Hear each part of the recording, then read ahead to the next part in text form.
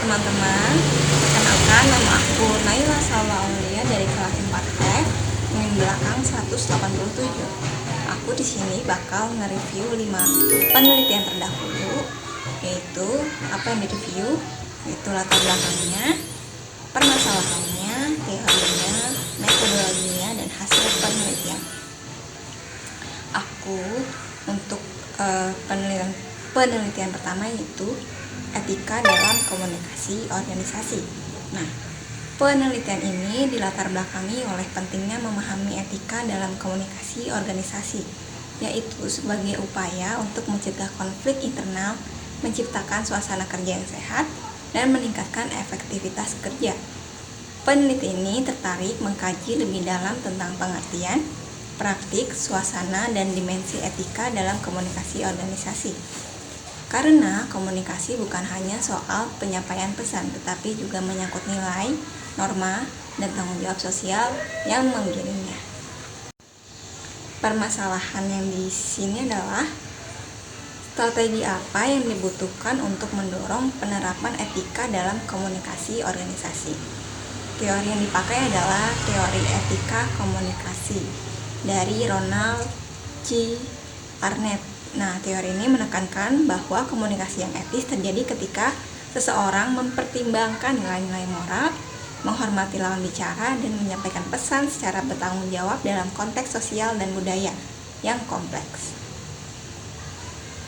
Penelitian ini menggunakan metode deskriptif analitis, yaitu menggambarkan dan menganalisis fenomena etika dalam komunikasi organisasi berdasarkan fakta dan kajian konseptual. Hasil penelitiannya menunjukkan bahwa etika komunikasi yang baik mendorong terciptanya lingkungan kerja yang sehat, meningkatkan kepercayaan, serta memperkuat keberlangsungan organisasi dalam menghadapi tantangan masa depan. Kita next ke jurnal yang kedua, yaitu pengaruh komunikasi organisasi, budaya organisasi, dan komitmen organisasi. Penelitian ini dilatar belakangi oleh kebutuhan untuk memahami bagaimana komunikasi organisasi, budaya organisasi, dan komitmen organisasi secara langsung memengaruhi kinerja pegawai. Fokus penelitian ini diarahkan pada pegawai rumah sakit Dr. Soselo Kabupaten Tegal. Sebagai respon terhadap pentingnya sinergi antar elemen organisasi dalam meningkatkan mutu pelayanan dan efisiensi kerja. Permasalahan di sini adalah bagaimana budaya organisasi dan komitmen organisasi memengaruhi kinerja pegawai secara simultan dan parsial. Teori yang dipakai adalah teori sistem, yaitu teori ini memandang organisasi sebagai sistem terbuka yang setiap bagiannya saling bergantung. Metodologi penelitian ini menggunakan metode analisis deskriptif untuk menggambarkan karakteristik masing-masing variabel dan analisis verifikatif untuk menguji hubungan kausal antar variabel melalui pengumpulan data langsung di lapangan. Hasil menunjukkan bahwa komunikasi organisasi, budaya organisasi, dan komitmen organisasi secara bersama-sama berpengaruh positif terhadap kinerja pegawai. Komunikasi yang lancar, budaya kerja yang kuat, dan komitmen yang tinggi mampu meningkatkan kinerja pegawai di rumah sakit Dr. Soselo secara signifikan.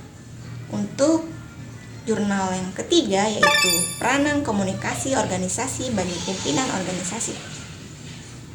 Penelitian ini dilatar belakangi oleh pentingnya peran komunikasi dalam kepemimpinan organisasi.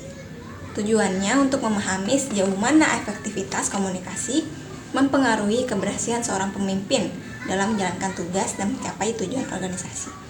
Pertanyaan atau permasalahannya adalah bagaimana peranan komunikasi organisasi dalam mendukung efektivitas kepemimpinan.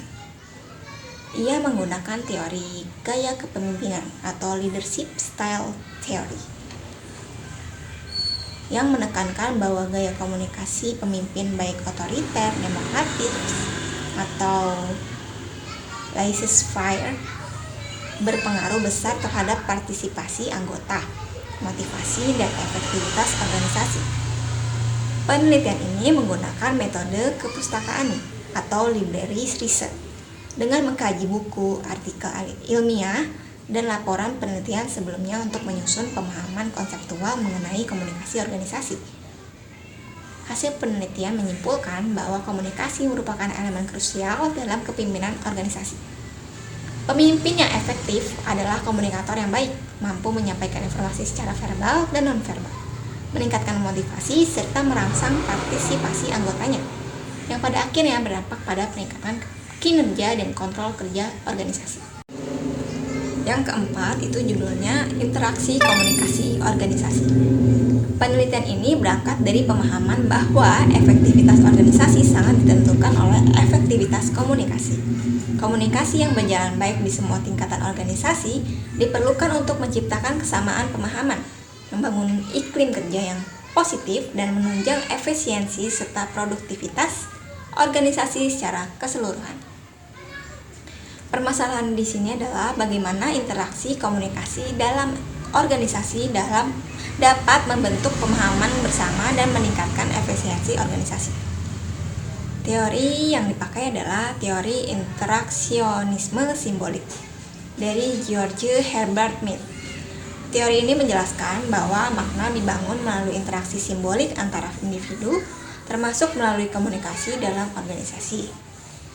Penelitian ini menggunakan metode deskriptif dengan pendekatan kualitatif, menggunakan analisis literatur dan data yang mendeskripsikan praktik komunikasi antar unit dalam organisasi dan bagaimana mereka membentuk makna bersama melalui interaksi. Nah, hasil penelitian ini menyimpulkan bahwa komunikasi organisasi adalah proses pertukaran pesan dan makna antar unit dalam organisasi yang saling berhubungan. Proses ini tidak hanya menyampaikan informasi, tetapi juga membentuk cara anggotanya menafsirkan situasi, mengambil keputusan, dan bertindak.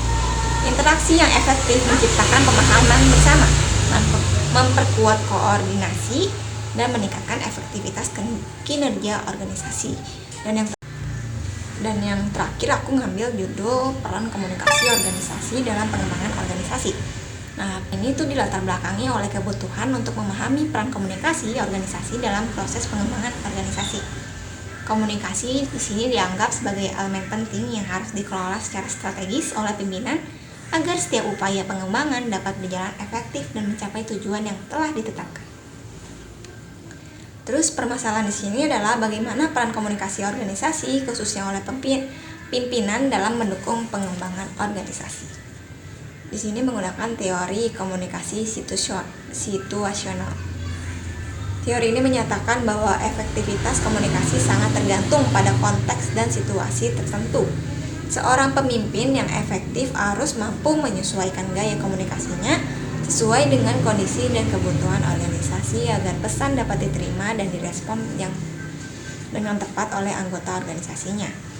Penelitian ini menggunakan metode tinjauan literatur atau library research dengan mengkaji berbagai buku, jurnal, dan laporan penelitian sebelumnya yang membahas peran komunikasi dalam manajemen dan pengembangan organisasi. Hasil penelitian di sini menunjukkan bahwa pimpinan memegang peran kunci dalam mengarahkan komunikasi organisasi. Gaya komunikasi yang fleksibel dan disesuaikan dengan situasi akan membantu pemimpin menyampaikan pesan strategis secara efektif.